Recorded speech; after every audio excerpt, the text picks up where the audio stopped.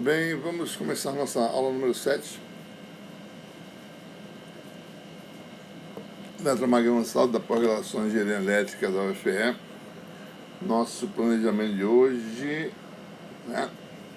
vou implementar agora os conceitos, um conceito final de energia eletrostática. Vamos falar sobre solução de problemas em eletrostática, ver que esses problemas podem ser resolvidos com o emprego das equações de Poisson e Laplace. Alguns exemplos de solução para mostrar para problemas. Estou tentando controlar aqui o tamanho da tela. Tem vezes que isso aqui não funciona direito. Deixa eu só...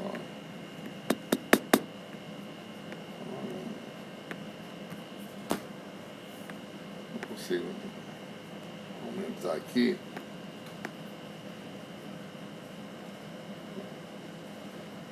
Alguns exemplos de solução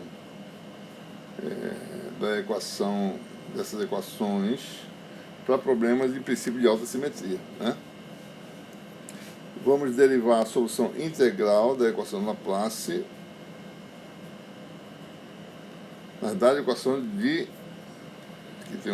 não é da equação de Laplace, da equação de Poisson, que é mais geral, equação inhomogênea. Solução integral da equação de Poisson. Aqui,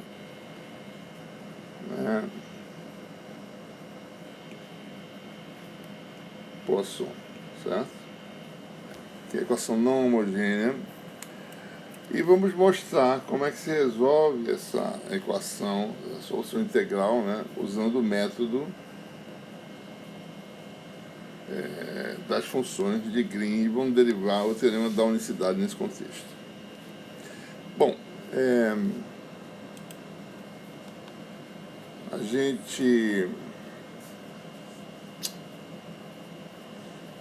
começa aqui falando sobre energia, A questão é a seguinte: você tem uma região em que você tem coexistência de meios dielétricos,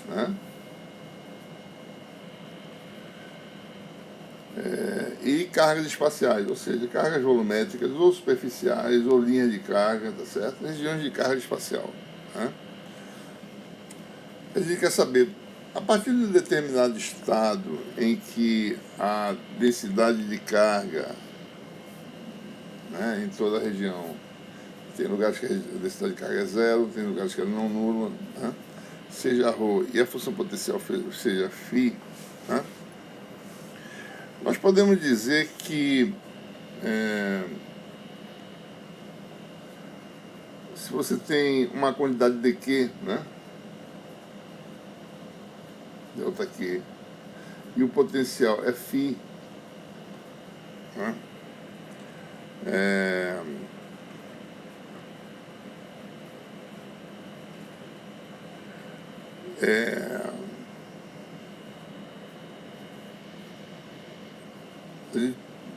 na verdade é o seguinte: se a carga total do sistema é Q,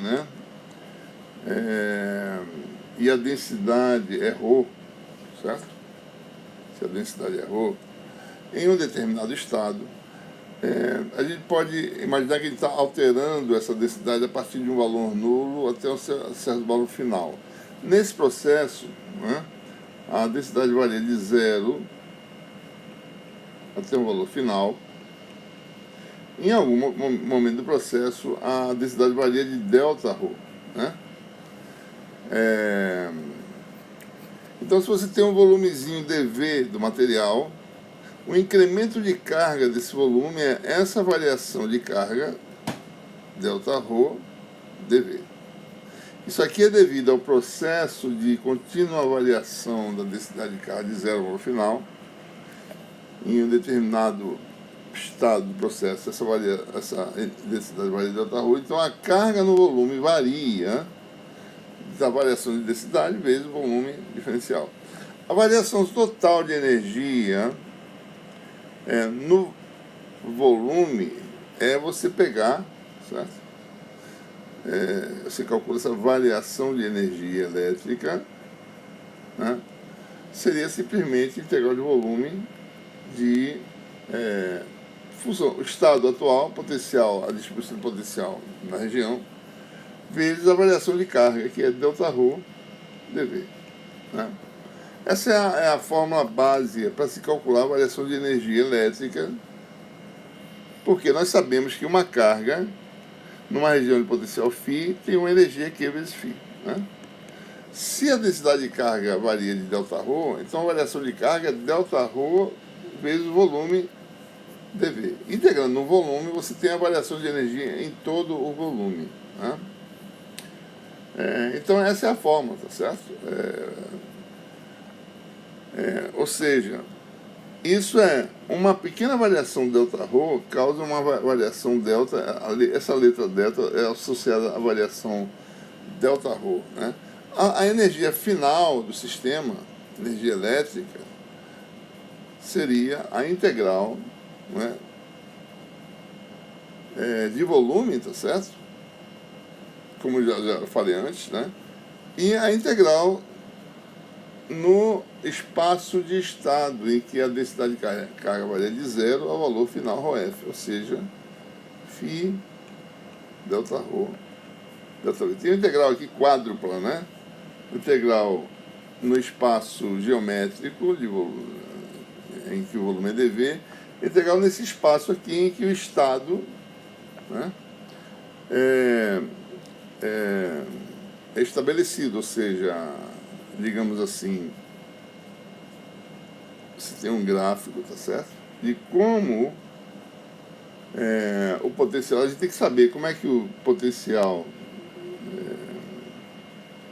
posso botar, esse ΔV está sobrando aqui, né? Um ΔV a mais, tá certo? Essa integral é realizada no espaço de estado, né?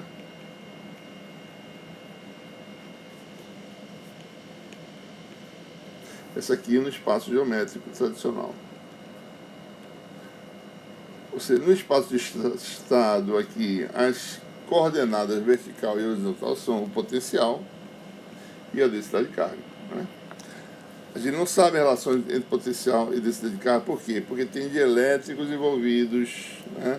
Os dielétricos respondem de forma específica à aplicação de um campo elétrico, os dipolos podem se alinhar, podem saturar, pode haver histerésis, pode haver não linearidades. Então, quando você avalia a carga do sistema, a função potencial, ela pode ser não linear com essa densidade de carga. Então, aqui você tem uma curva, tá certo? Que depende do sistema, né? Então, se você atingir o valor final ρf, o potencial vai ter um valor final φf, né? Certo? Isso aqui é a relação mais geral que a gente pode dizer sobre a energia. Então, a expressão da energia, repetir aqui embaixo, energia integral no espaço geométrico da integral no espaço de estado. Né? O que acontece se o sistema é linear? Ou seja, se no espaço de estado a relação entre potencial e densidade de carga é linear. Como, por exemplo, no vácuo, né? No vácuo, você tem carga espacial, duplicou a carga, o potencial duplica. Né? Você tem uma relação desse tipo aqui, certo? Uma linha reta. Né? Ora, então quer dizer o quê, né? Se você varia a densidade de um valor inicial até um valor final, o potencial varia correspondentemente, né? De acordo com a função linear.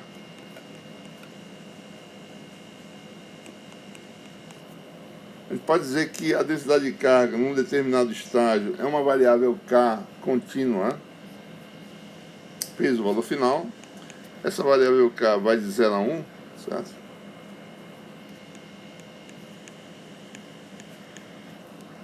Se o sistema é linear, quer dizer que o potencial também varia com a mesma proporção, ou seja, K vezes φf. Isso aqui só quer dizer que φ sobre ρ igual a φf sobre kf, né? Sistema linear, certo? φf sobre ρf. Então, o que acontece? Quando eu faço a integral no espaço de estado,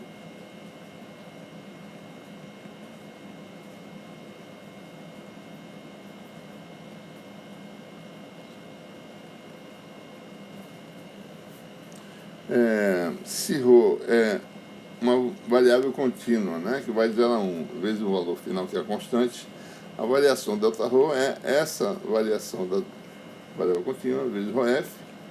A função potencial que aqui aparece é k vezes φf. Então ficamos com de 0 a 1, né, na variável k, ρf vezes ΔK, k vezes φf. Esses valores, φf e ρf, são funções das coordenadas, mas não são funções de k mais, certo? Isso aqui vai dar a integral de volume da densidade de carga, que está no estado final, né, atual, integral de 0 a 1 de k ΔK. E essa integral vai dar K2 sobre 2, que dá, de 0 a 1, vai dar 1 meio. Ou seja, num sistema linear, a energia, vou tirar o F agora, tá certo? Num estado em que a densidade de carga é ρ e o potencial é φ, a energia é aquela expressão que já derivamos anteriormente no ponto de vista da fonte, né? Essa expressãozinha aqui, certo? Tem 1 meio de φ, né? Ou seja, a expressão geral é essa aqui, qualquer que seja o sistema, linear ou não, uma integral no espaço de estado que tem que seguir essa função aqui, certo? Como é que ela se comporta, né? E uma integral no espaço geométrico. Para um sistema linear, temos esse resultado aqui, certo? Muito bem. Essa é a expressão geral para a energia do sistema eletrostático. Vamos ver agora no ponto de vista do campo, né? Como é que a gente pode... que tipo de resultado a gente obtém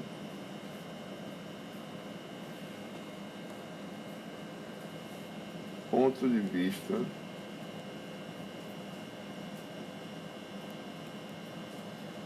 do campo, né? Aí nós usamos as equações de Maxwell, certo?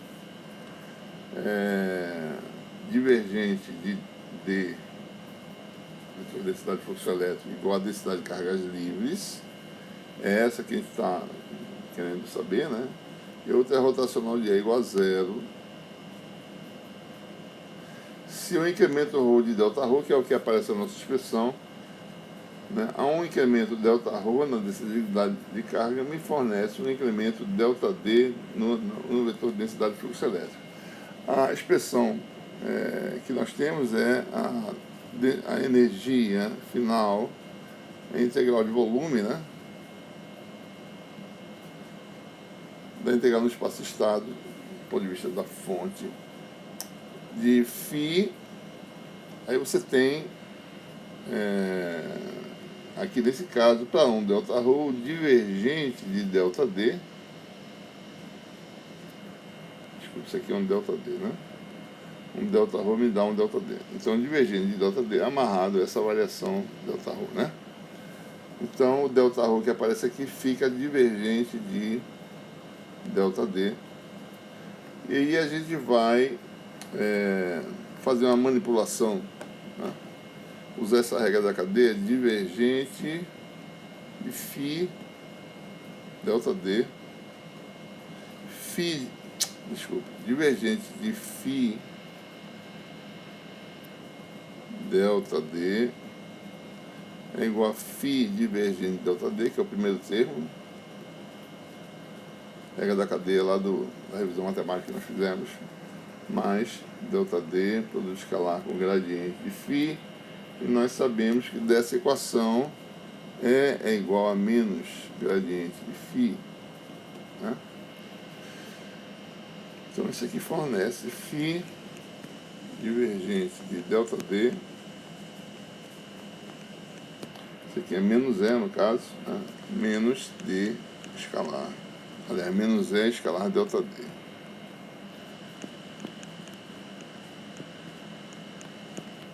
Né?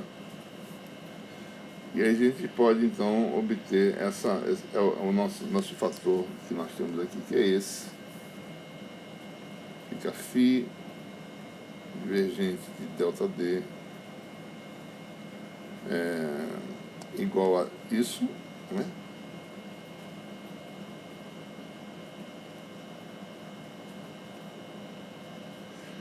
Isso aqui passa para lá, fica mais, né? Fica mais escalar ΔD. E nós temos então que a energia vai ter dois termos.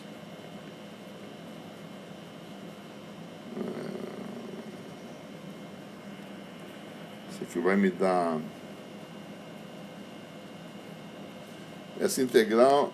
Bom, essa integral é realizada, integral em que o incremento é ΔD é realizada num espaço de estado em que as componentes, os eixos são as componentes de D. Então eu vou botar assim, certo? De 0 ao valor final df, que é um vetor que tem 3 componentes, certo? Num ponto P1 até um ponto P2 que tem 3 coordenadas. Eu estou representando D final, certo?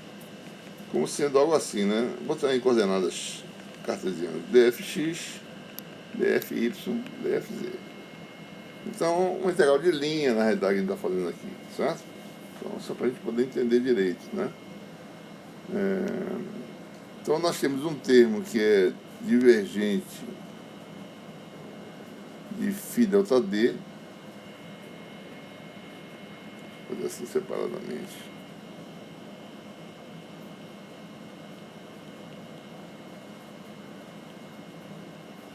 Mais uma outra integral no espaço-estado, né?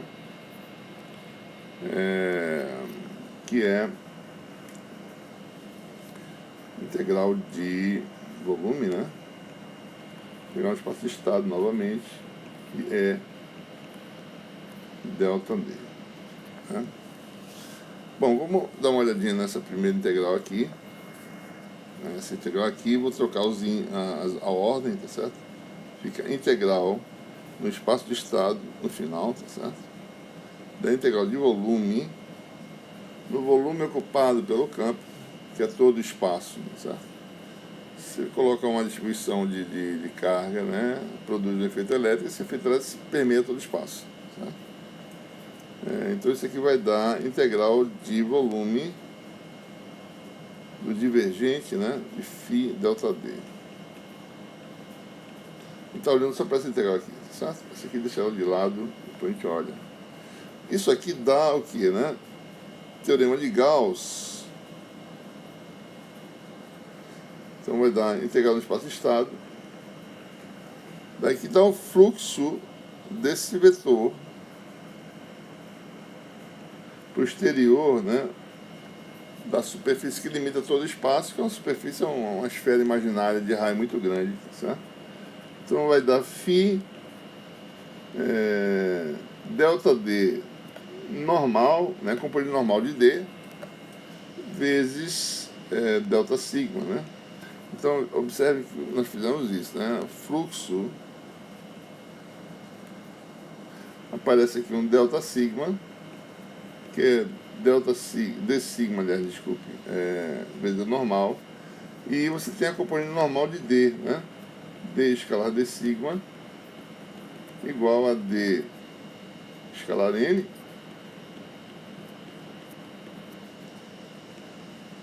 que é D normal D sigma, né?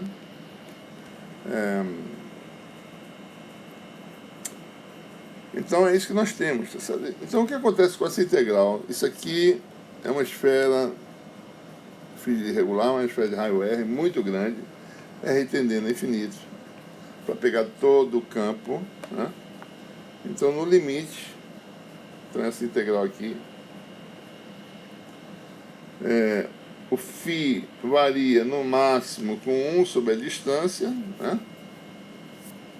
Qualquer distribuição localizada muito longe, o potencial cai com sobre a distância, e o campo cai com Isso aqui na realidade é ΔD, né?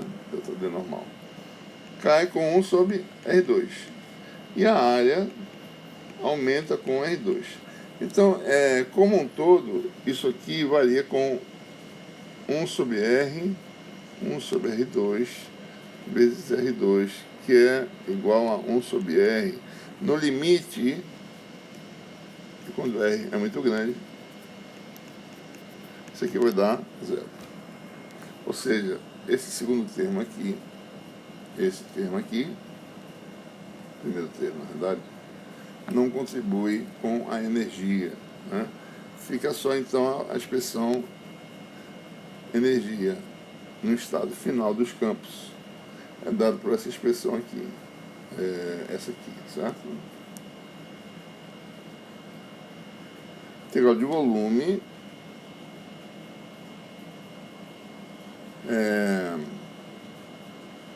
integral no espaço do estado de E escalar ΔD. Então, só ilustrando para vocês o que é essa integral, tá certo? Vou mostrar aqui um diagrama. A integral é realizada dessa forma, uma integral de linha. Espaço de estado é isso aqui, né?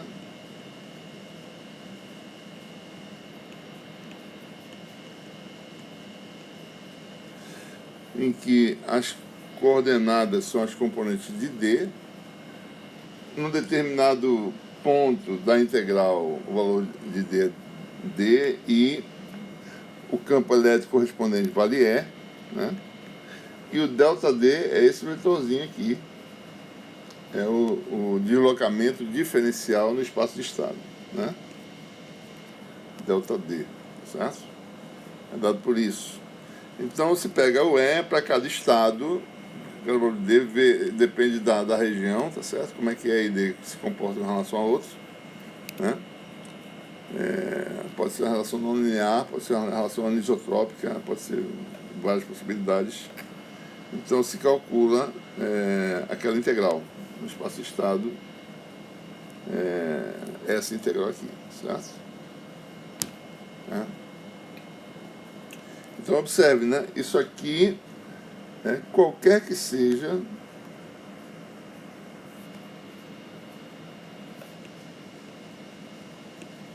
a relação entre D e E, né? Ou seja, qualquer que seja o tipo de linearidade ou não linearidade da região envolvida. Tem dielétricos não lineares, pode haver não linearidade entre D e E, né?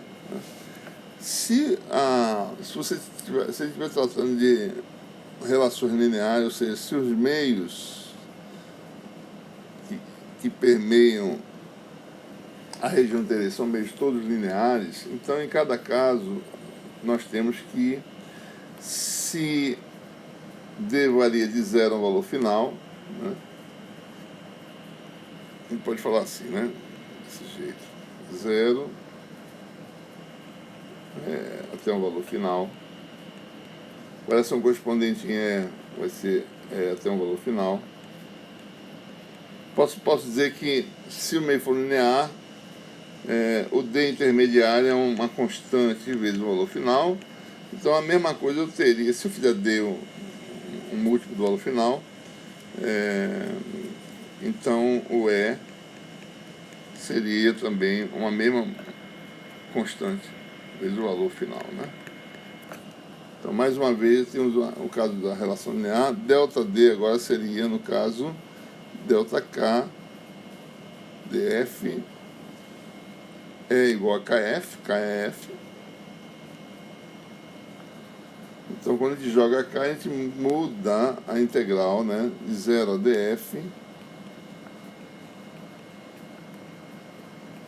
passa a ser integral de 0 a 1, né, de K ΔK, EF escalar dF, né? Isso aqui sai da integral, fica dF, contra dF escalar EF, Integral de K dK dá 1 meio. Então isso aqui vai dar 1 meio.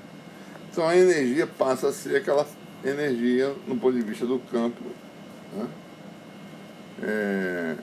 Que tem uma relação de 1 meio, né? Eu vou tirar o valor F, o subscrito F, ou seja, num determinado estado em que o campo D seja, os campos sejam D e E, isso aqui vai dar 1 meio. Integral de volume D escalar E, né? Meio linear. Esse é o resultado que a gente obtém, certo? Ok. Muito bem. Bom, então a gente tem a formulação completa para energia eletrostática, independentemente da natureza do meio, seja ele linear ou não. Certo? Vamos agora falar sobre esse segundo tópico, né? As equações de Poisson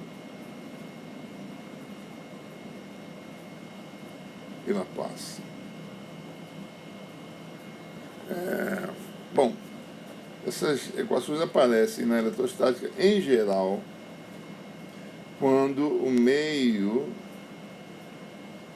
ou os meios envolvidos sejam lineares, tá certo? Vou botar assim, meio linear, né?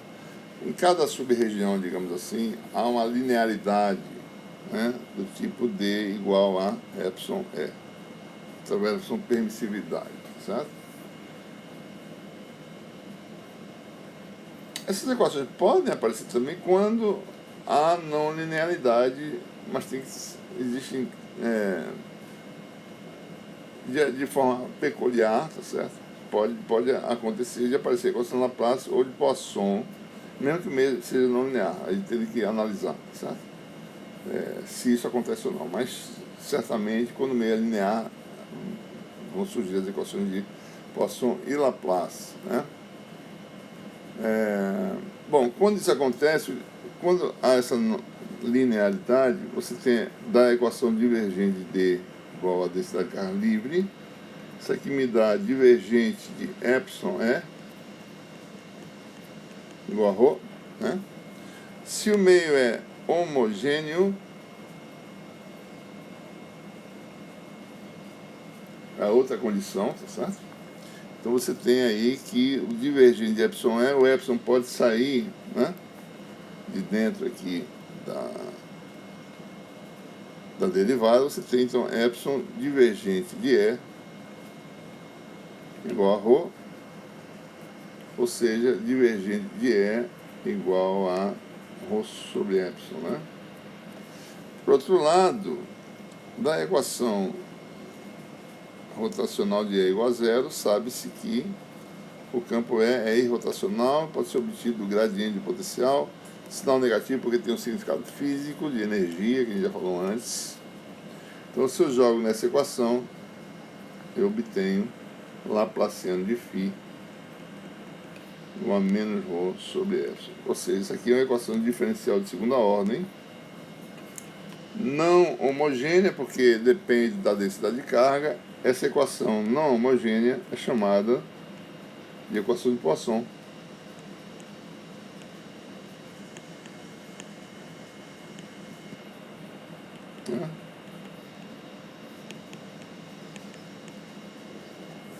Equação de Poisson. Se na região de interesse a densidade de carga volumétrica é zero, então você tem uma equação homogênea, né?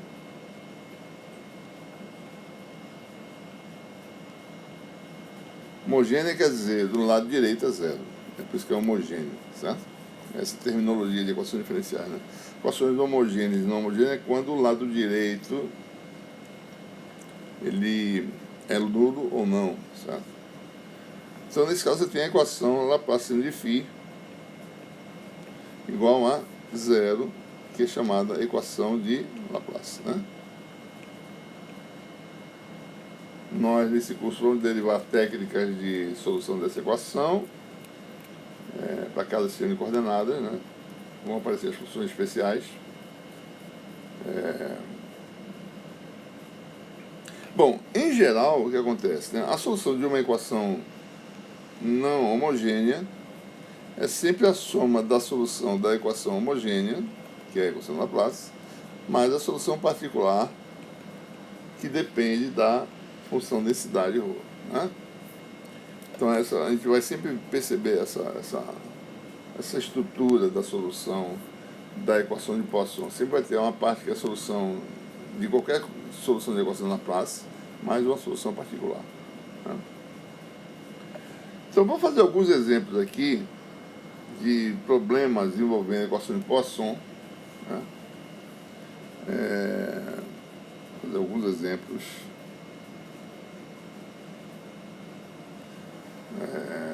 De alta simetria, ou seja, quando a gente sabe que o potencial depende só de uma coordenada, né? Que é mais fácil de resolver, certo? Então a gente está aqui fazendo o quê, né? Nossa formulação agora para a eletrostática consiste em quê, né? Só lembrando o método, certo?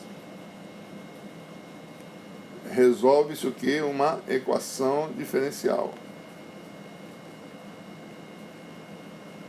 A equação diferencial é sujeita a condições de contorno, condições de fronteira, certo? Dessa equação diferencial a gente obtém a solução que é a função principal, que é o potencial elétrico. Para que serve o potencial? Para a gente calcular quem? Campo elétrico, certo? Bom, com a função potencial e com a densidade de carga, eu obtenho, por exemplo, energia elétrica, né? Por exemplo, certo? Com o campo elétrico e função densidade de fluxo elétrico, eu também obtenho energia elétrica. Eu também obtenho o que? Força elétrica sobre cargas na vizinhança, etc. Certo? Então, o que eu quero dizer é o seguinte: nesse método que a gente estava falando agora, estamos trabalhando na solução de equações diferenciais, cujo parâmetro principal é a função potencial. É ela que, uma vez obtida, permite obter o resto, né? Energia, campo elétrico, distribuição de carga, etc. Certo? Bom, então, por exemplo, vamos formalmente resolver um problema que é já conhecido. Suponha que você tenha uma carga putiforme na origem.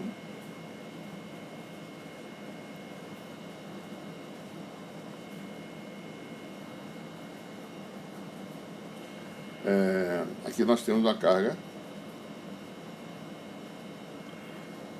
Queremos calcular a função potencial.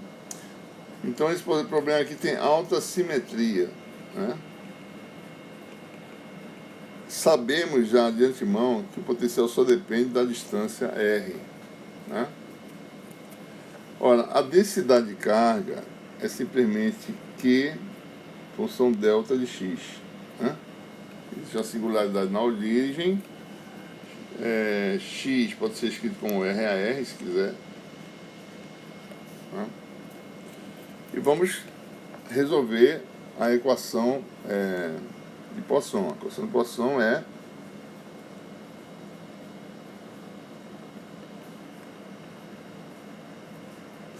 vamos dizer que o meio de dimensão seja o meio homogêneo de permissividade epsilon. Muito bem, para R diferente de zero, a equação se torna laplaciana de φ igual a zero, que é a equação de Laplace, né? O laplaciano para uma função que só depende de R, né, que é a função potencial. Φ é uma função só de R. Né? Então o laplaciano vai se reduzir apenas derivada em relação a R. 1 sobre R2 ddr de R2 ddr, e aplicando a função potencial vai dar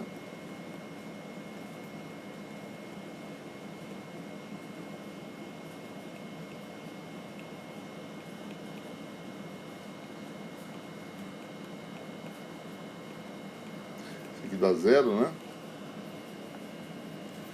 Então multiplicando por R2, ficamos com DDR, né?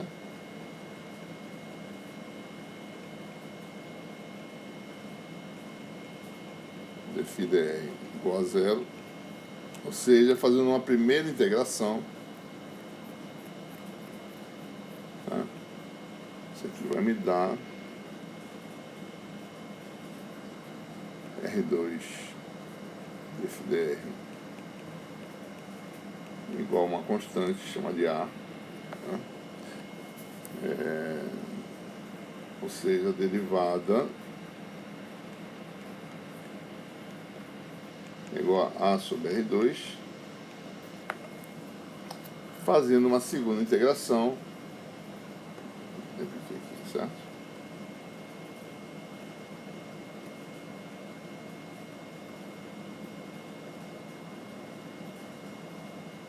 Mais uma integração, aparece uma outra constante, e a integral de 1 sobre R2 dá menos 1 sobre R, ou seja, φ é da forma B, né, menos A, uma segunda constante B, né? Se a derivada de φ em relação a R dá exatamente, aqui é mais, desculpa, menos, derivada de 1 sobre R menos 1 sobre R2, com menos dá mais, né? Certo? Eu posso mudar essa constante para um valor positivo para ficar mais fácil, né? Sinal negativo. Como a gente não sabe a constante, pode fazer menos A igual a A. Então, vou fazer assim, né? Vou chamar de A mais B sobre R, fica mais bonitinho, tá certo? Uma constante mais outra sobre R, né? Eu troquei aqui as posições e mudei o sinal, né? A mais B sobre R. A solução geral. Então, essa é a solução geral da equação de Laplace, quando a função potencial só é dependente da distância à origem. É sempre essa solução aqui, a estrutura é sempre a mesma. Constante, mas função inversa. Bom, admitir que o potencial no infinito seja zero, digamos que o potencial seja nulo no infinito, né? Então, se eu pegar essa expressão, fizer R tendo infinito, o segundo termo vai embora, fica só a constante A, ou seja, A tem que ser igual a zero. Então a função potencial é da forma B sobre R, né? Falta determinar a constante B, né? Bom, de onde a gente vai obter a constante B, né? A constante B tem que ser amarrada à carga na origem, ou seja, eu vou pegar e integrar numa esferinha em torno da origem, pegar a equação todinha, integrar ela em torno da origem para pegar essa singularidade que está aqui, né? Chamar isso aqui de R0, o raio, certo? Então, se eu pegar a equação original, que é Laplaciano de φ, com a menos ρ sobre epsilon, fizer a integral de volume em torno da origem, na região R menor ou igual a R0,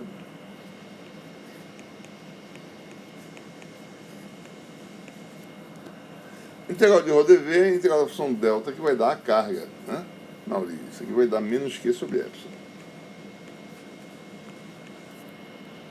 Bom, a integral do Laplaciano tem que tomar cuidado aqui, tá certo? Isso aqui é divergente do gradiente, né? Divergente do gradiente de φ. Gradiente de φ quem é? Menos E. Então a integral de volume do divergente de E, mas é D sobre epsilon, né? Sobre epsilon. Isso aqui é menos 1 sobre epsilon, integral de volume divergente de D. Ora, o teorema de Gauss me diz que isso aqui vai dar o fluxo do vetor D para fora da superfície, né, É,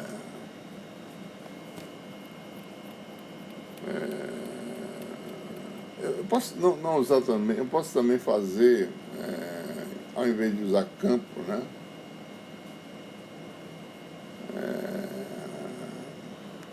Posso fazer aqui também, certo? Ao invés de fazer isso, né? Ao invés de.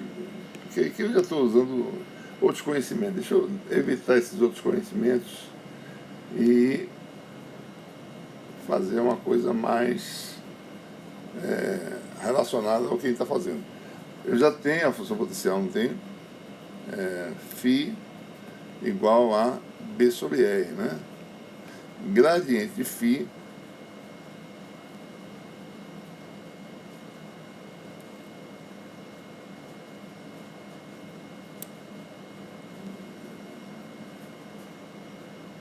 deixa eu só fazer assim. Isso aqui dá o fluxo, né, do gradiente de Φ. Pronto, é assim que dá, né? Integral do divergente do vetor é o fluxo do vetor. O vetor é o gradiente. Eu não vou relacionar o campo elétrico, eu vou deixar assim, porque nós temos a função potencial aqui, eu posso calcular o gradiente. Ora, isso aqui, numa esferinha de raio R0, né? R igual a R0.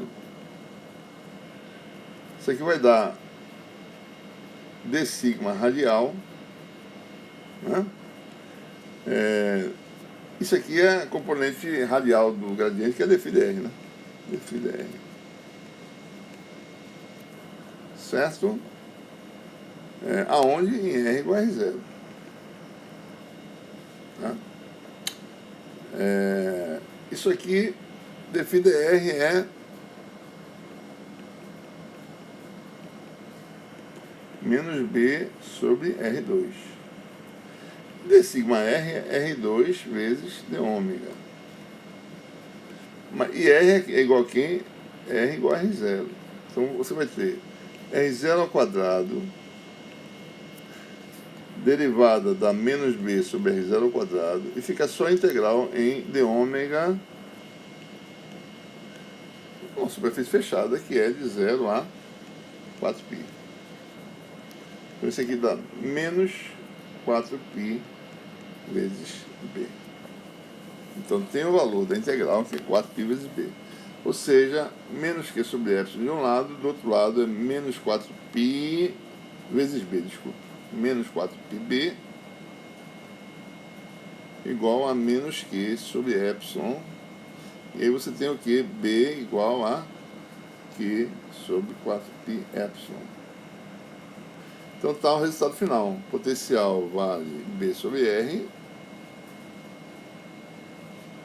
B é dado por Q sobre 4π epsilon. Então o potencial vale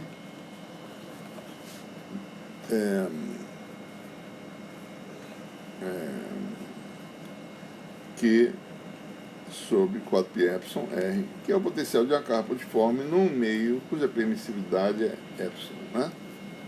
Certo?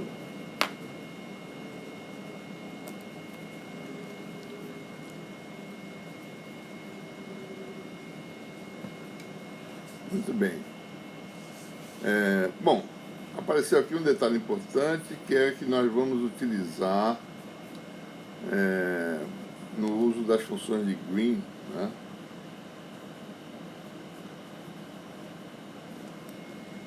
Que é a função inversa, apareceu aqui. O que nós temos aqui, né?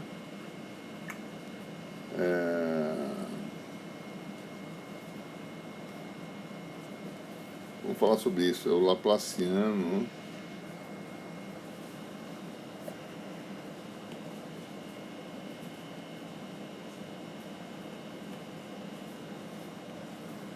da função inversa.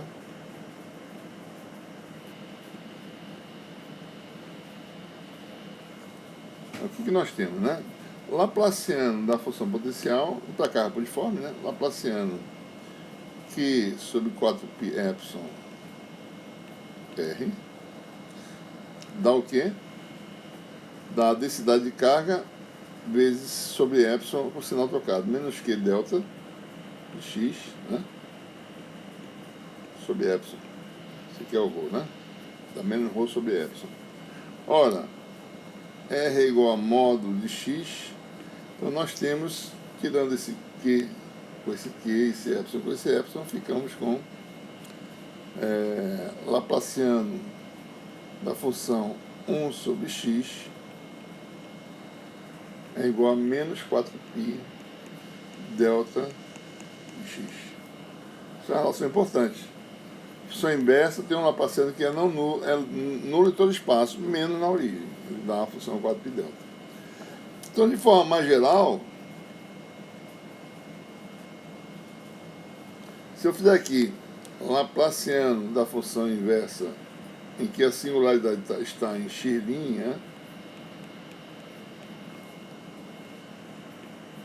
você tem aqui menos 4π delta da singularidade, x menos x'. Essa é a solução mais geral, certo? Ok? Então, esse é o resultado que a gente vai guardar para mostrar como é que é o método das funções de Green na solução da equação de Poisson. Certo? Laplaciano da função inversa é menos 4π função delta. Tá? Muito bem. Vamos resolver um problema agora.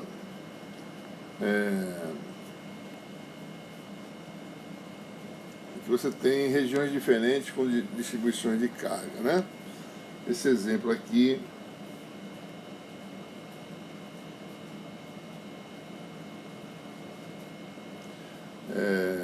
suponho que você tem uma esfera, né?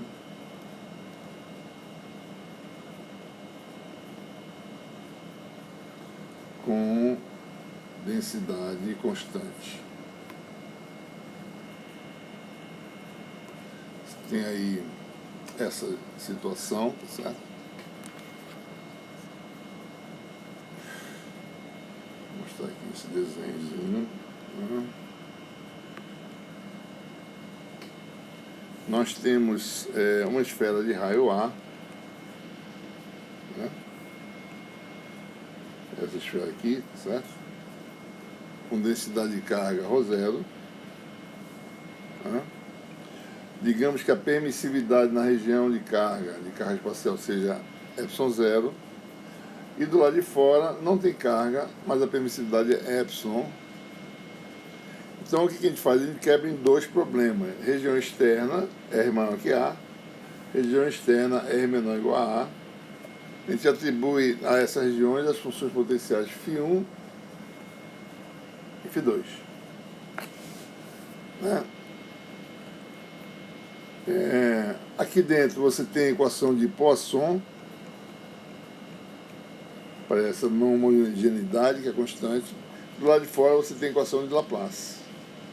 Nós já sabemos que para esse problema as funções potenciais dependem só da distância. Então eu já sei qual é a solução da equação de Laplace. Né? Outra coisa, não pode ser a mesma função, são funções diferentes, são equações diferenciais distintas. Né? Então, o que nós temos? Né?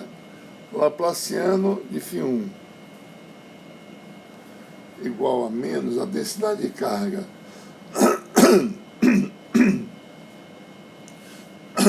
que é ρ0, né?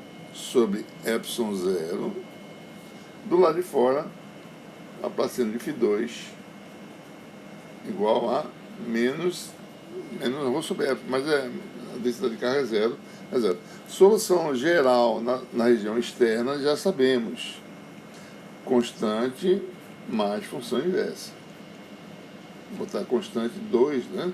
A2B2. Né? Bom, na região 1, sabemos que o potencial só depende de R. Né? Então a estrutura laplaciana que se aplica é só aquela parte que faz derivada em relação a R, que dá 1 sobre R2 ddr R2 dφ1 dr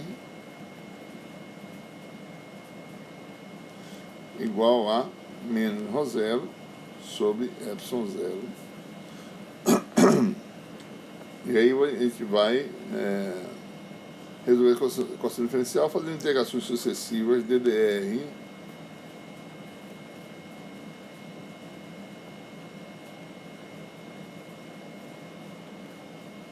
menos ρ0 R2 sobre ε0, integra uma vez,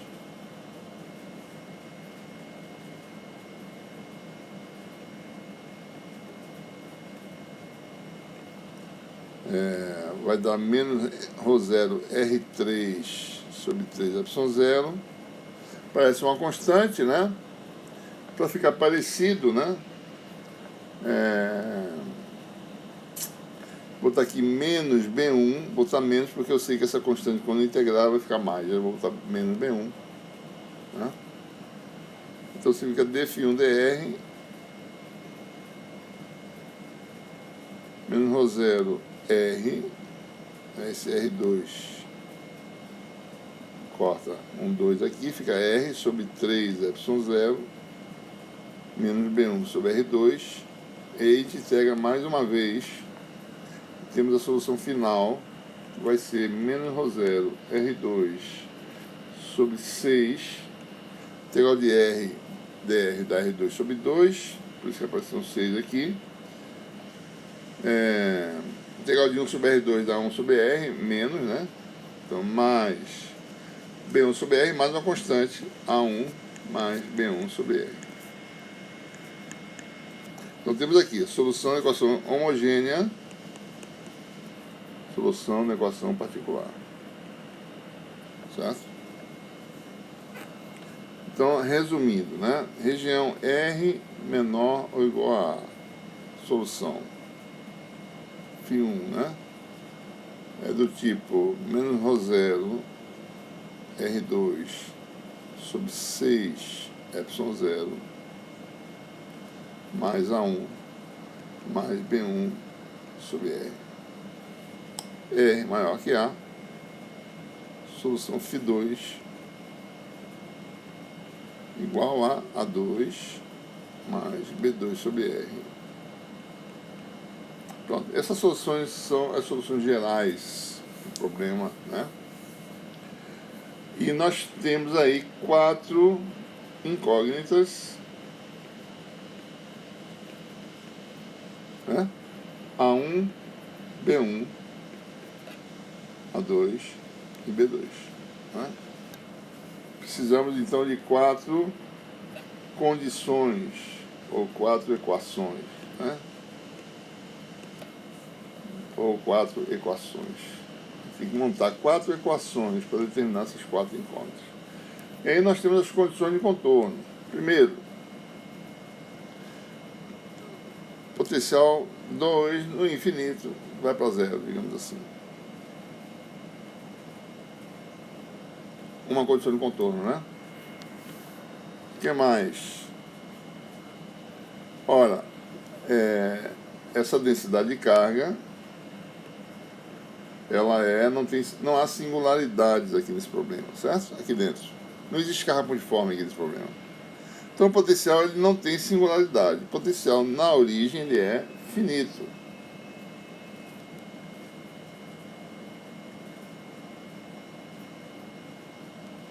É uma outra condição, certo? O que mais? O potencial é contínuo em R igual a A. O potencial é uma função unívoca. Então, em cada valor do espaço, ele só tem um valor, não tem mais de um. Então, φ1 de R igual a A igual a φ2 de R igual a A. E a última condição do contorno, isso aqui é equivalente, né, a tangencial ser contínuo, tá certo? Tem uma condição de contorno do campo elétrico que é o E tangencial, que é essa condição de contorno igual a zero. Isso dá na mesma se o potencial for contínuo, né? Que você tem a derivada lateral aqui, tangencial, potencial num ponto menos o potencial no outro, de um lado, é igual ao potencial num ponto menos o potencial do outro, do outro lado. Então essa variação de potencial daqui para cá né, dá o campo tangencial, certo?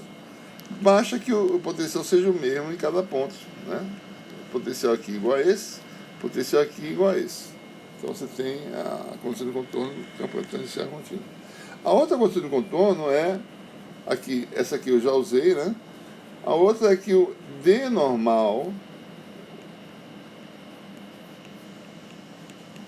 igual a densidade de carga superficial. Ora, esse problema aqui não tem cargas de superfície. Não existe carga de superfície. Existe carga de volume que na superfície tem um certo valor, mas não quer dizer que a carga está na superfície, certo? A carga está distribuída num volume. Então, nesse exemplo, nesse caso, a densidade de carga superficial é zero. Ou seja, D normal, D2 normal, igual a D1 normal. Isso aqui dá o quê, né? No meio 2, D igual a εE. No meio 1, D igual a ε0E. O campo elétrico, por sua vez, é gradiente.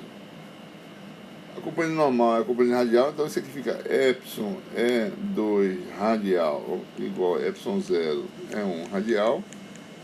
Isso aqui é menos dφ2 dr em R igual a A. Isso aqui é menos dφ1 dr em R igual a A. Então a quarta condição do contorno, em termos dos potenciais, fica epsilon dφ1 dφ2, né? Do lado de fora é epsilon dφ2 dr em R igual a A. Calcula a derivada, depois faz R igual a A, igual a ε0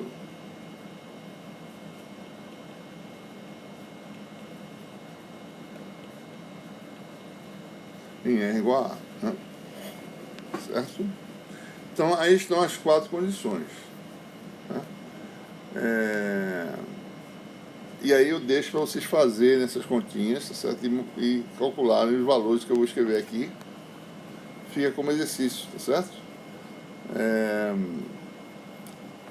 Bom, algumas dessas condições são mais fáceis, né? Por exemplo, potencial 2 para R definido igual a zero quer dizer que essa constante é zero. Então aqui eu já tiro que A2 igual a zero. Já resolvi uma constante. A outra é que o potencial é finito. Olha, para ser finito, essa função aqui dá zero na origem, isso aqui é uma constante na origem, essa aqui tem uma singularidade. Então, para ser finito, eu preciso impor que a constante B1 seja zero. Então, só mostrando que a solução 2 fica B2 sobre R, solução 1 fica menos ρ0, né? Está aqui, ó. R2 sobre 6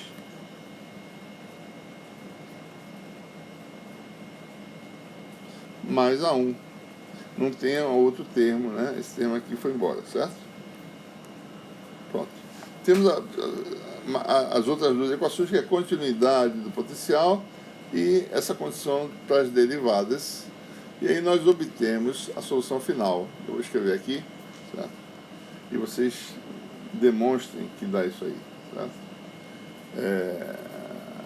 Então você vai ter φ1 igual a menos ρ0 R2 sobre 6 ε0 mais ρ0 A2 sobre 6, aqui fica 2 ε0 mais epsilon sobre ε0. Essa é a constante, né? Essa aqui, certo?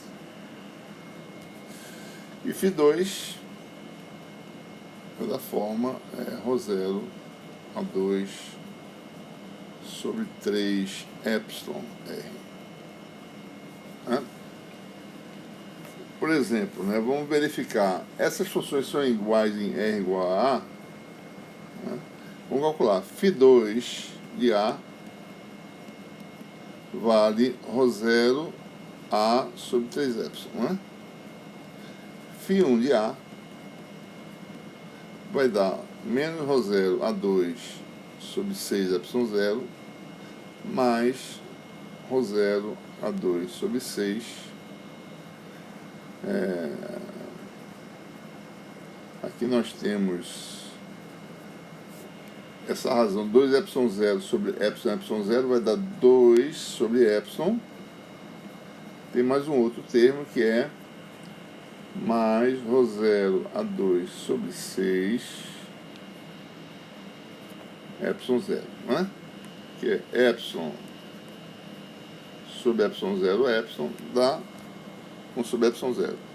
Isso aqui cancela, então fica φ1 de A igual a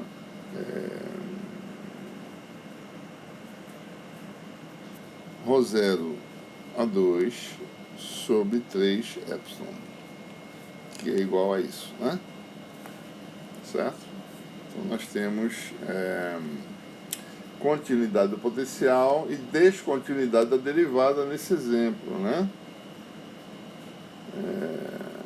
Se o potencial tem uma continuidade, vou fazer um gráfico,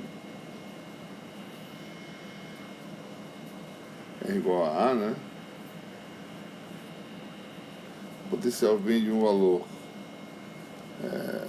na origem, que é um valor positivo, tá certo? Cai, né? Aí, bom, vou fazer assim mais ou menos, né? Uma função parabólica aqui, certo? R2, né? E tem uma derivada aqui, ele vai cair com o inverso da distância aqui.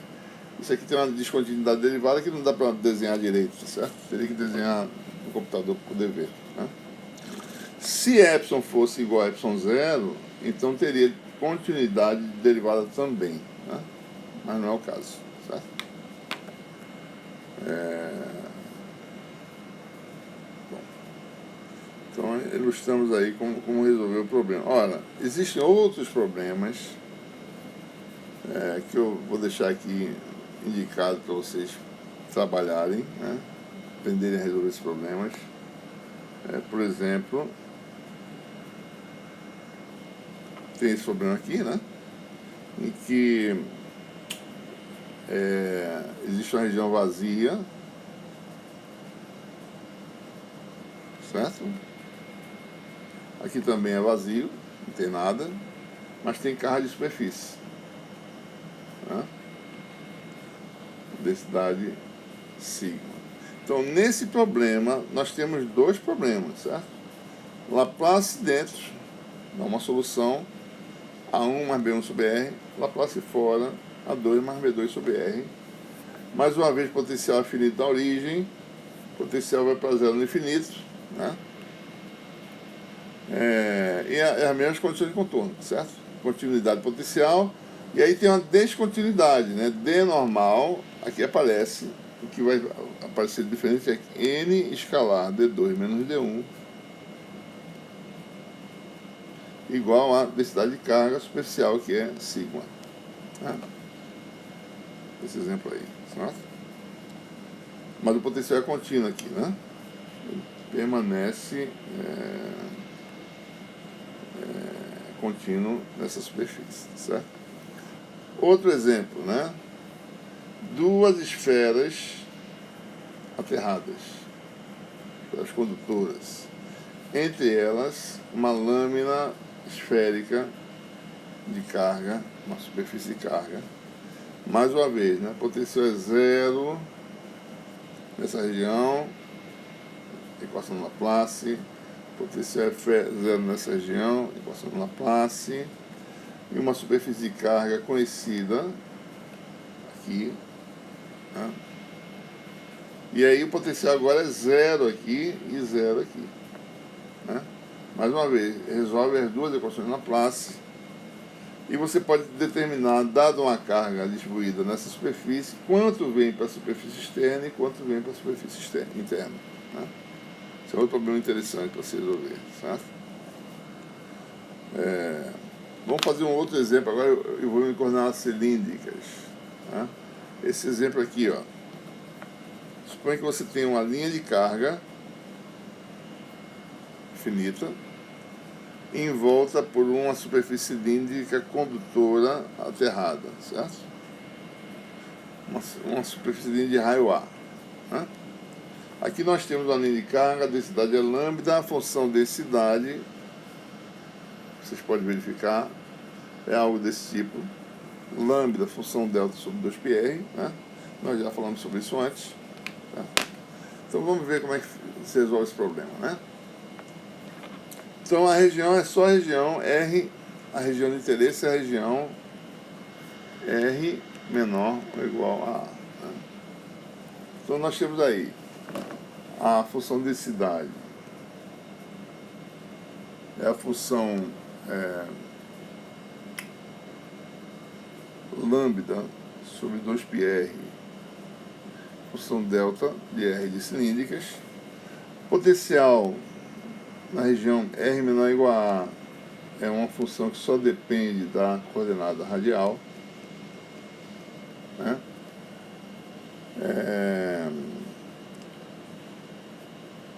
E φ A vale 0, né? A imposição da condição de fronteira é essa, tá certo? Bom, a equação de Poisson é o Laplaciano de φ menos ρ sobre ε0, que é o meio, tá certo? Para R diferente de 0, mesma coisa, a equação é de Laplace. Quando o potencial só depende de R, então o Laplaciano de φ fica na forma que é só derivada radial, 1 sobre R, ddr, R dφ dr, é a simetria da parte radial aí, certo? Isso aqui vai dar 0, né? Multiplicando por R, isso aqui vai dar ddr, R dφ dr.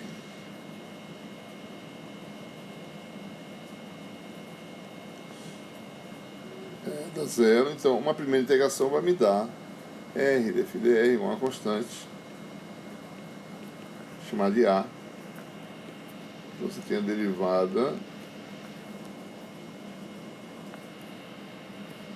igual à função inversa, né? E a integral dessa função da função logaritmo, né? Ou seja,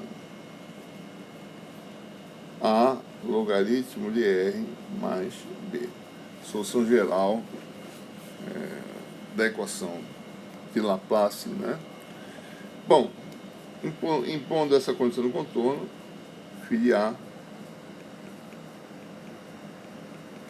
você fica com A logaritmo mais B igual a 0, B igual a menos A logaritmo de A. Então ficamos com φ, pode ser escrito como, combinando isso com isso, vai dar A logaritmo de R sobre A. Ou seja, essa função vale 1 é igual a A, logaritmo de 1 dá 0, né? Correto? Certo? Aqui está o resultado, né? E o que a gente vai fazer agora é o quê? Integrar em torno do eixo. Vou voltar à equação original. E vamos integrar em torno do eixo Z. Não tem aqui a linha de carga. Vou pegar aqui um cilindrozinho gaussiano, né? Um cilindrozinho de integração, desculpa, uma região de integração.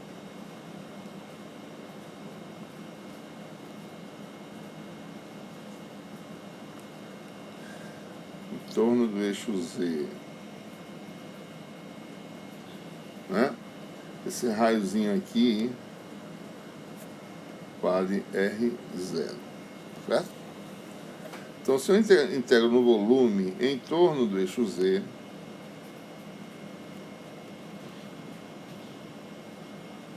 isso aqui vai dar menos 1 sobre epsilon, integral de volume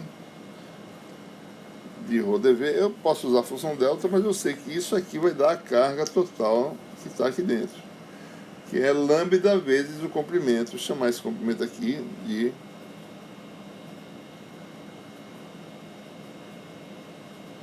delta Z, tá certo? Comprimentozinho delta Z. Então isso aqui vai dar a carga nesse volumezinho, vai dar menos 1 sobre epsilon delta Z vezes lambda, né? Vocês podem fazer a integral da função delta e vocês vão verificar que vai dar isso, certo? Menos delta Z lambda sobre epsilon. Bom, essa integral de volume aqui, mais uma vez, né? Isso aqui vai dar a integral do divergente do gradiente de φ,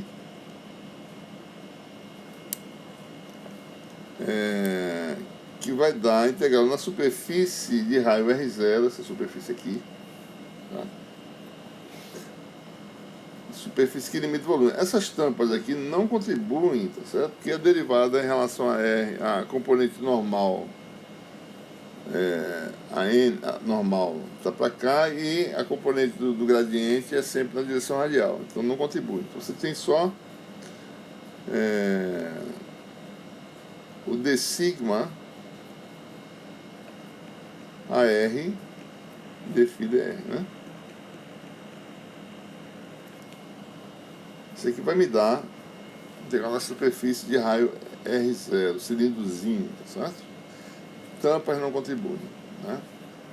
Isso aqui vai dar d sigma radial d φ dr. Para d sigma radial em cilíndricas é a área da superfície cilíndrica, que é R d φ dz, né? E a integral de dz vai dar no final delta z. Então esse aqui já vai dar uma integral que é delta z e a outra integral de 0 a 2π dφ, né? Tem essa variável aqui. R igual a R0, R0 dφ, R0 dz, que deu delta z integral, e dφ dr, olha, dφ dr está aqui, né? Aqui está a função dφ dr vale, está aqui, é A sobre R em R igual a R0, vai dar A sobre R0. Isso aqui vai dar delta z 2π vezes A. Segundo membro igual a menos delta z lambda sobre epsilon. Corta. Então A vale lambda sobre 2 epsilon 0, no caso que a gente está usando, né? 2π epsilon 0. Ou seja, potencial vale lambda sobre 2π epsilon 0 logaritmo de R sobre A. Esse é o potencial de uma região. Deve ter um sinal errado aqui, né? Desculpe, tem um sinal errado de fato. A vale menos, né? Faltou um menos aqui, tá certo? Observe que R é menor do que A, logaritmo é negativo. Com esse menos dá mais, porque isso é positivo, de fato, certo? Campo elétrico é o que? Menos AR dφ dr, que é o gradiente, né? Então, a função que só depende de R. Dφ dr é a função sobre R com menos, então o campo elétrico vai dar aquela função que nós já sabemos, né? Da linha de carga, 2π epsilon 0 R a R, né? É aquele resultado que nós já esperávamos, tá certo? Campo elétrico de uma linha de carga, né? Mesmo que dentro de uma superfície aterrada cilíndrica dá esse resultado. Tá?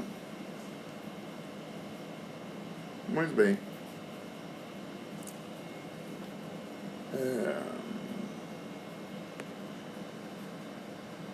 Vamos agora começar a ver como obter soluções integrais para as equações de Poisson e Laplace, né? Então, comecemos aqui com a solução integral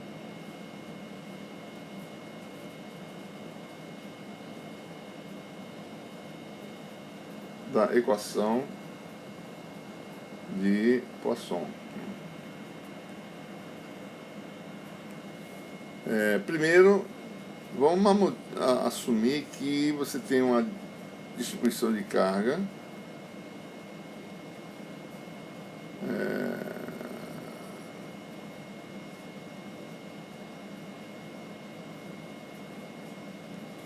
uma distribuição de carga qualquer, tá certo? Tá assim, né? E essa distribuição, essa carga espacial, ela existe, eu não vou desenhar aqui porque não tem espaço, certo? Mas ela existe num meio ilimitado, homogêneo, com permissividade epsilon, né? Então você tem, mesmo aqui dentro, a permissividade vale epsilon, mas aqui a densidade é ρ, né? Pode ser que essa densidade de ρ seja zero fora, etc, certo? Mas você tem um meio ilimitado.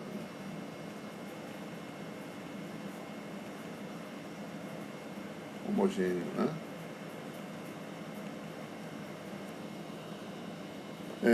Nós queremos saber, bom, a relação é a seguinte: o Laplaciano de φ igual a menos ρ sobre epsilon. E nós sabemos também, que nós já mostramos antes, que o potencial nesse caso é algo do tipo integral de volume ρ de x' sobre 4π epsilon x menos x', né? Então a pergunta é: essa função de fato satisfaz a equação de Poisson? Né? Então vamos calcular para ver se essa função satisfaz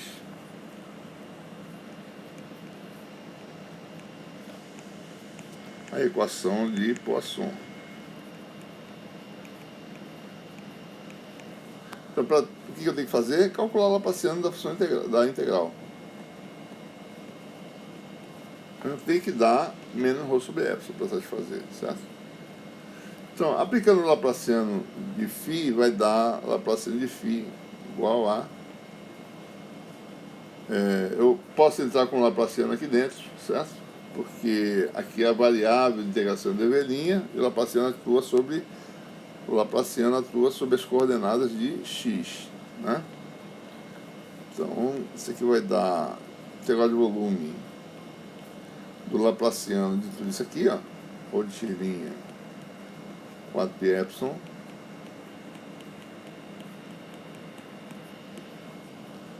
só que eu posso tirar essa função, né, ρ de x' que não depende da derivada em relação a x, e o 4π epsilon também. Isso aqui vai dar a integral de volume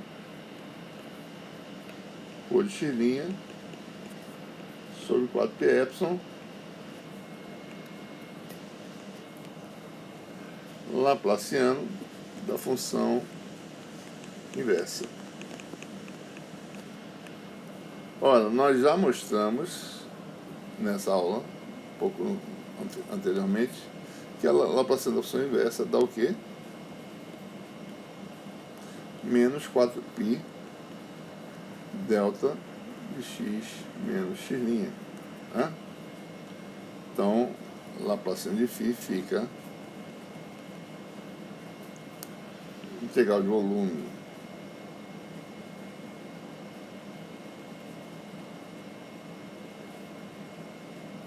e aqui fica 4π epsilon, né?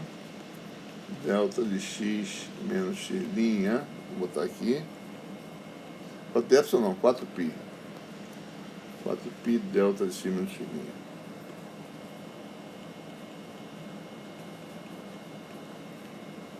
Né?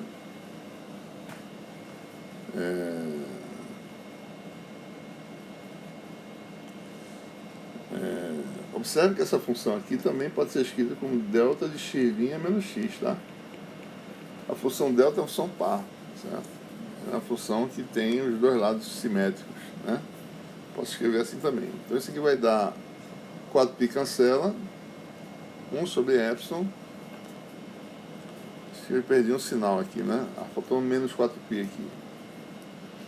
Menos 4π, né? Apareceu um menos aqui, certo? Menos. Integral de volume. Rho de x'. Eu troquei aqui o argumento delta de x' menos x, né? Ora, essa integral aqui vai dar o quê? Função em x' igual a x. Isso aqui vai dar rho de x. Ou seja, Laplaciano de φ igual a menos rho sobre epsilon, que é a prova que a solução integral no meio ilimitado satisfaz a equação de Poisson. Mostrou, certo?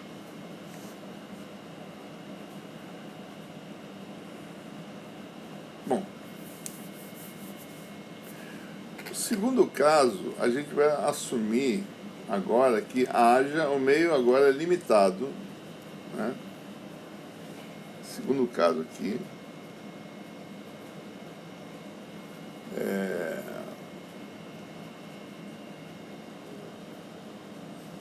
meio homogêneo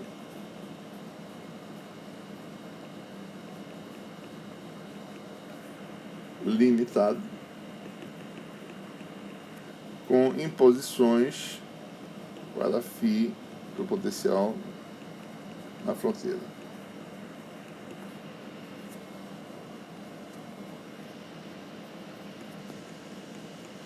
A gente vai resolver esse problema usando algumas identidades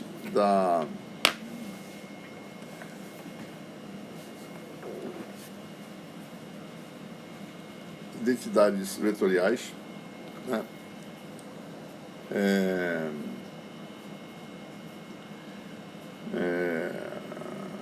Que são as identidades de Green, tá certo? Que são decorrentes diretamente do teorema de Gauss, né? São identidades que são conseguidas no teorema de Gauss, tá certo? Então, o problema que nós temos é esse aqui, né? Nós temos aqui agora uma região limitada para uma superfície sigma, né? Que é a superfície. D sigma' é o elemento diferencial de superfície, elemento de área. N é normal posterior. O meio é homogêneo, ou seja, em todo o meio a permissividade é epsilon. Existe carga espacial, que é a função da densidade de carga. X é um ponto onde você quer colocar o potencial. X' é um ponto que delimita, denota a posição do elemento de volume, certo? Sua incógnita é a função potencial. Então, a gente vai mostrar que tem uma solução integral que a função vai ser dependente da densidade de carga e dependente das condições de fronteira potencial. Que condições são essas? A gente vai examinar, certo? Então, a gente vai usar as identidades de Green, né? A gente primeiro considera o vetor psi gradiente de φ e aplica para esse vetor teorema de Gauss, né? Pega um volume de integração limitado para a superfície sigma e aplica o teorema de Gauss, que é simplesmente integral divergente igual ao fluxo de ar posterior à superfície. Se a gente pega como vetor A esse vetor aqui, esse termo aqui, a componente normal do vetor é simplesmente o AN, né? Seria a função escalar vezes a derivada em relação à coordenada normal, né? Xn a gente vai denotar como sendo a coordenada normal desse vetor, né? Xn é a coordenada que cruza em cada ponto. Eu meço a coordenada normal usando esse parâmetro Xn, tá certo? Então, quando você faz integral de superfície, aparece esse termo aqui, potencial vezes a derivada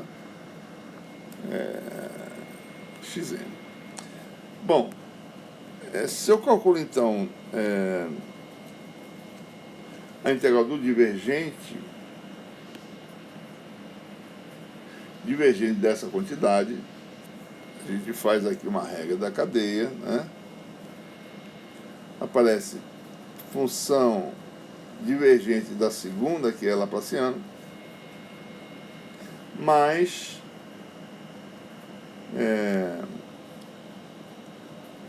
esse vetor gradiente dessa função. Então dá gradiente de φ, gradiente de psi. Então aparecem essas duas coisas, certo? Então se eu faço integral desse divergente, que é a integral disso aqui todinho, desculpe, dessa integral aqui, ó, φ laplaciano de psi laplaciano de φ mais o produto dos gradientes no volume, vai dar o fluxo desse vetor que a gente acabou de mostrar aqui antes, né? Pronto. Essa é uma identidade. Essa é chamada primeira identidade de Green, certo? A segunda identidade é obtida se você troca, se você trocar as posições, certo? E subtrai a nova identidade de Green, que é a primeira, dessa anterior, né? Então, por exemplo, eu vou fazer aqui φ laplaciano de psi mais gradiente, isso aqui não muda, né? Quando eu faço a troca. Aqui fica φ de psi dxn. Eu subtraio essa anterior dessa nova. Quando eu subtraio, esse termo aqui vai cancelar. Fica psi laplaciano menos φ laplaciano de psi, e fica uma diferença das derivadas normais na superfície, né? Então a gente obtém essa segunda identidade, certo? Φ laplaciano menos psi laplaciano é igual a φ derivada normal de psi menos psi derivada normal de φ. Uma identidade aí, certo? Tudo é consequência de quê? Teorema de Gauss, né? Certo? Se você usar o x' como elemento de integração, né, que fica dv', aqui vai ser d sigma' no caso, tá certo? xn', né? As derivadas são em relação à linha, né? Então a gente bota a linha no lugar, tá certo? Reescrever essas identidades porque a gente vai precisar de usar o x'. Então fica essas identidades que a gente aqui está mostrando. Laplaciana em relação à variável linha, gradiente em relação à variável linha, integral de volume em relação à variável linha, derivada normal, tudo linha, certo? Essas são as identidades primeira e segunda. Então, lembrando, o xn é a projeção do vetor x na direção normal, né? Xn' seria o vetor x', no caso, né? A gente vai obter uma primeira solução integral para a equação de Poisson. Não vai ser mais conveniente, mas vai só elucidar, né, o que nós precisamos saber de informação para poder resolver a equação de uma forma unívoca. Então a gente vai escolher a função φ tal que o Laplaciano de φ, observe aqui o detalhe, né, variável linha, né? Laplaciano de φ seja menos ρ sobre epsilon. Ou seja, para a função φ a gente escolhe a função que a gente quer resolver, que é a função potencial. Para a função psi, a gente escolhe uma função psi cujo Laplaciano, isso está errado, né? Isso aqui tem um Laplaciano aqui, na bolinha ao quadrado de psi igual a menos 4π delta, né? X' menos x. Observe o detalhe, né? Porque a variável é linha, tá certo? Como tem linha aqui, aparece aqui linha primeiro, né? Embora isso não tenha importância, porque a função delta é par, né? Ou seja, a gente está escolhendo para psi uma função tipo função inversa, né? A função inversa tem um Laplaciano desse tipo, certo? Então, se a gente usar a segunda identidade, que é essa aqui, e usa esses laplacianos, né? O que vai acontecer? Então fica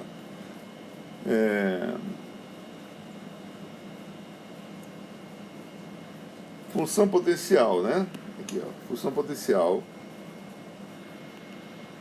laplaciano de psi,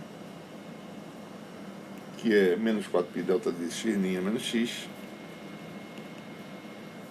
que está aqui 4π delta.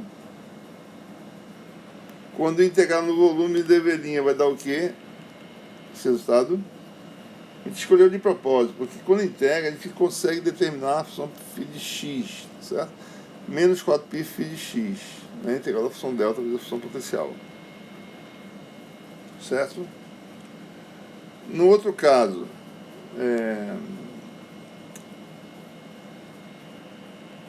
menos a função psi, que é a função inversa, está aqui, ó, laplaciano de φ, que é, na variável linha, menos rho de x' sobre epsilon, que está aqui, ó, com menos, deu mais, né? Estou fazendo aqui já pronto e vocês façam essa dedução, demonstrem, tá? Essa habilidade é importante, tá? E aqui nós ficamos com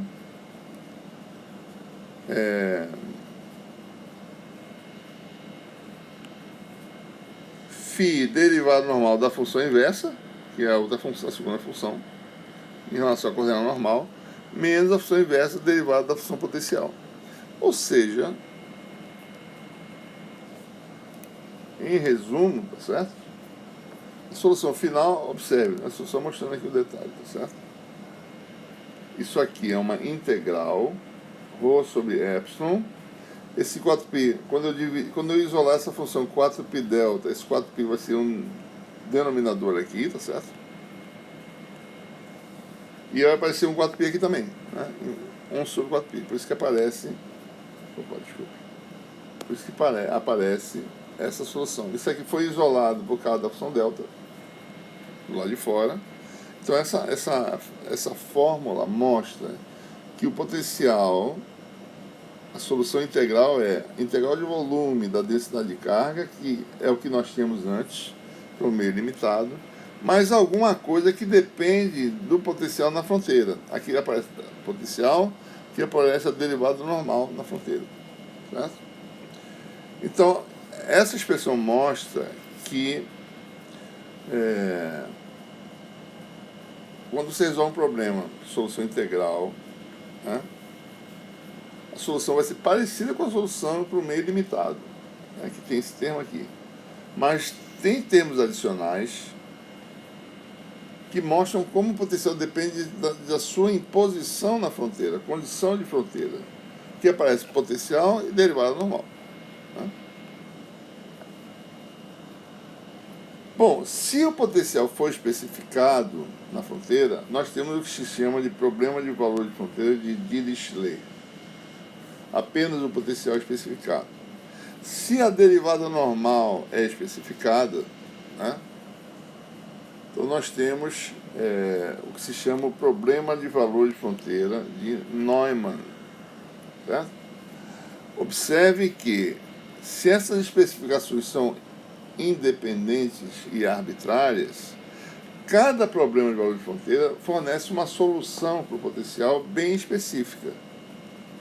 Dirichlet vai ter uma solução que dependeu de como eu especifiquei o potencial na fronteira, que é uma solução. Neumann vai ter outra solução. Então isso quer dizer que eu não posso especificar os dois ao mesmo tempo, certo? Então, eu vou ler essa frase aqui, que é importante, tá certo? Os problemas de Dirichlet e Neumann geram soluções distintas. Ou seja, não é possível gerar uma solução que satisfaça ambas as condições de fronteira, se elas são impostas arbitrariamente. É claro que se eu falar assim, não, a função potencial na fronteira é essa e a derivada normal é essa outra que é obtida dessa função potencial na fronteira. Aí você pode fazer, mas se for arbitrária, né, Se for arbitrário, você não consegue. Exceto se você especificar potencial e derivada normal em porções complementares da fronteira. Esse é o problema misto, né? Seria algo assim, certo? Eu não posso impor um problema de valor de fronteira, né? Eu não posso dizer, eu quero resolver uma porção potencial em que eu especifico φ na fronteira e a derivada normal. Certo? É impossível, né? Porque cada um dá uma solução diferente. Não dá para ter duas soluções cabendo no mesmo problema. Então eu posso resolver o problema de Dirichlet, que o potencial é especificado, dá uma solução φ de Dirichlet. Outro problema seria o de Neumann, que eu especifico a derivada normal. Né? Eu não posso especificar os dois, mas posso especificar um problema chamado misto. Especifico em porções aqui o potencial, aqui a derivada normal. Não é no mesmo lugar, né? Aqui o potencial, aqui a derivada normal e assim sucessivamente. Isso aqui é um outro problema chamado problema de valor de fronteira misto. Você tem uma solução φm, digamos assim, né? Então o que ele mostrou aqui é que essa solução integral, ele mostrou a identidade de Green numa primeira abordagem do problema, né? E mostrou que uma solução integral pode ser escrita dessa forma, né? Pode escrever a solução integral assim, não tem nada de errado com isso aqui. Só que eu não posso especificar isso e isso ao mesmo tempo, certo? Né? Independente, certo? Não dá certo, não funciona, né? Então, o que a gente faz, né, para mostrar que a solução integral só depende de uma ou outra imposição, né? Então vamos ver aqui o teorema da unicidade, certo? Vamos agora usar a forma mais geral das funções de Green, certo? O teorema da unicidade diz que a equação de Poisson tem solução única em uma das seguintes situações, que eu acabei de falar, né, para vocês. Certo? Problema de Dirichlet, potencial especificado. Problema de Neumann, em que a derivada normal é especificada. Ou misto, em que esses potenciais essas condições são impostas em regiões complementares, ou seja, essa superfície σ1 e σ2 são complementares, ou seja, a união das duas da superfície que envolve a fronteira e a interseção do conjunto vazio, certo? Então você teria aí essa possibilidade. Então aqui está ilustrado, eu já mostrei para vocês, né? Dirichlet, Neumann e misto, né? Certo? Então, por que a gente obteve aquela inconsistência na solução integral, né? Porque eu escolhi originalmente uma função que foi a função inversa como sendo a segunda função. A primeira foi a função que satisfaz a equação do Poisson e a segunda eu escolhi a função inversa, né? Vamos escolher ao invés dessa função inversa aqui, vamos escolher uma outra função chamada função de Green para a equação de Poisson.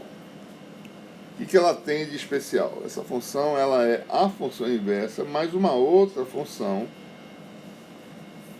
Como é que a gente escolhe essa função? A gente vai ver, certo? Mas ela não é a função inversa, ela é a função com adicional f, certo? Ora, que é essa função f, né? Então observe, se eu tenho aqui uma nova função, né? G de x igual à função inversa mais uma outra função. Então, Laplaciano de G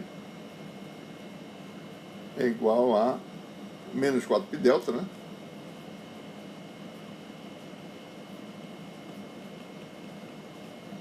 Mais Laplaciano de f, né? Então, o que ele vai fazer? Ele vai pegar uma função f que tenha Laplaciano igual a 0. Certo? Então, isso não vai alterar a minha formulação. Então, f satisfaz... Essa f satisfaz a equação de Laplace. Ele vai ter que ver que tipo de função é essa, né?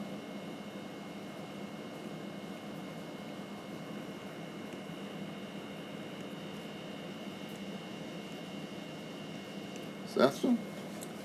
Bom, então quando eu escolho no lugar de 1 sobre x menos x', né, eu jogo a função g, a minha fórmula que eu tinha anteriormente, onde tiver 1 sobre x menos x', eu boto a função g, certo? Então eu vou obter algo desse tipo aqui, né? Então aqui está, a função apareceu no lugar da função inversa, a função g, que tinha aqui uma função inversa aqui embaixo, né? Função g. Aqui tem a derivada normal de g, vezes a função φ, e a função g vezes a derivada normal de φ, certo? Muito bem, então o que a gente faz? Problema de Dirichlet, né? A gente escolhe um tipo de função de Green, GD, tal que Laplaciano é menos 4π delta, e a gente corta esse termo de derivada normal, como impondo que g seja 0 na fronteira.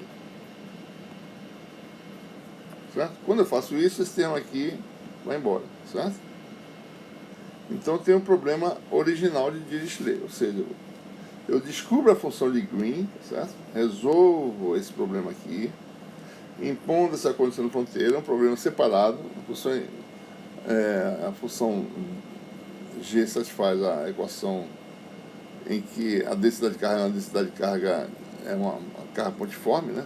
Como se fosse isso na realidade, e impondo a G na fronteira nulo, tá certo? Daí você resolve esse problema, obter a função G, joga na equação, e você tem integral de volume, integral de superfície, que o potencial é conhecido. Né? Essa função foi determinada resolvendo esse problema anterior, certo? Daí você tem o problema de Dirichlet, né? Que é esse problema aqui, certo? Muito bem. Para o problema de Neumann, tem que ser um pouco mais cauteloso com a condição de fronteira. Porque, por exemplo, se eu tenho um Laplaciano de G igual a menos 4π delta, né?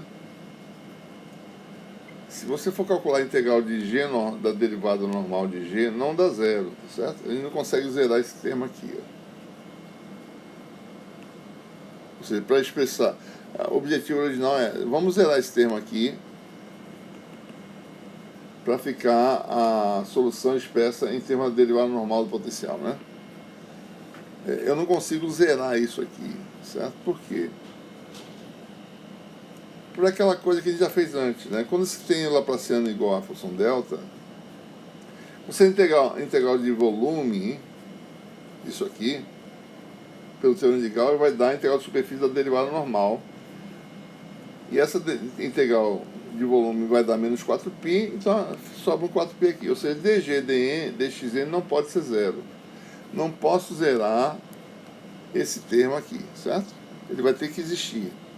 O melhor que eu posso fazer é escolher ele sendo uma constante, né? Então, se eu tenho essa imposição para a derivada normal de g igual a menos 4π, por exemplo, eu posso dizer que a derivada normal é uma constante. Resolvo um problema simples em que a derivada normal de g é uma constante, né? Então, eu resolvo para a função g que satisfaz essa equação diferencial com a imposição que a derivada normal de g na superfície seja constante, né? E assim você fica aqui a função potencial vai ter função de Green para o problema de Neumann, densidade de carga sobre 4π epsilon, mais Derivada normal deu isso aqui, certo? E ficou aqui aparecendo a derivada normal de φ, que é a problema de Neumann, né? Depende da derivada normal de φ.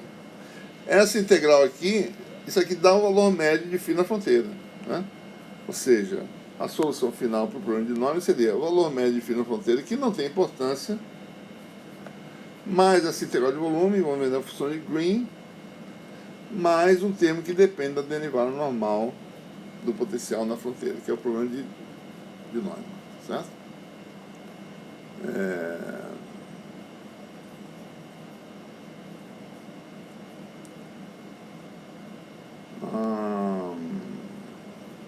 Então observe que, independentemente de haver um valor médio adicional na função potencial, quando você calcula o gradiente de φ, esse termo aqui vai embora, certo? Então ele não tem importância para o cálculo de campo elétrico, né? Certo? Então essa é a questão. Ou seja, em resumo, problema de Neumann resolve a função de Green para o problema de Neumann, que consiste em resolver um problema de valores de fronteira em que a Laplaciana de φ é menos 4π delta e a derivada normal de G é menos 4π sobre sigma, né? Foi a nossa escolha, certo? Muito bem. Então você tem aí os problemas mistos, tá certo?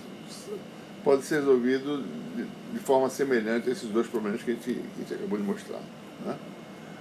Ou seja,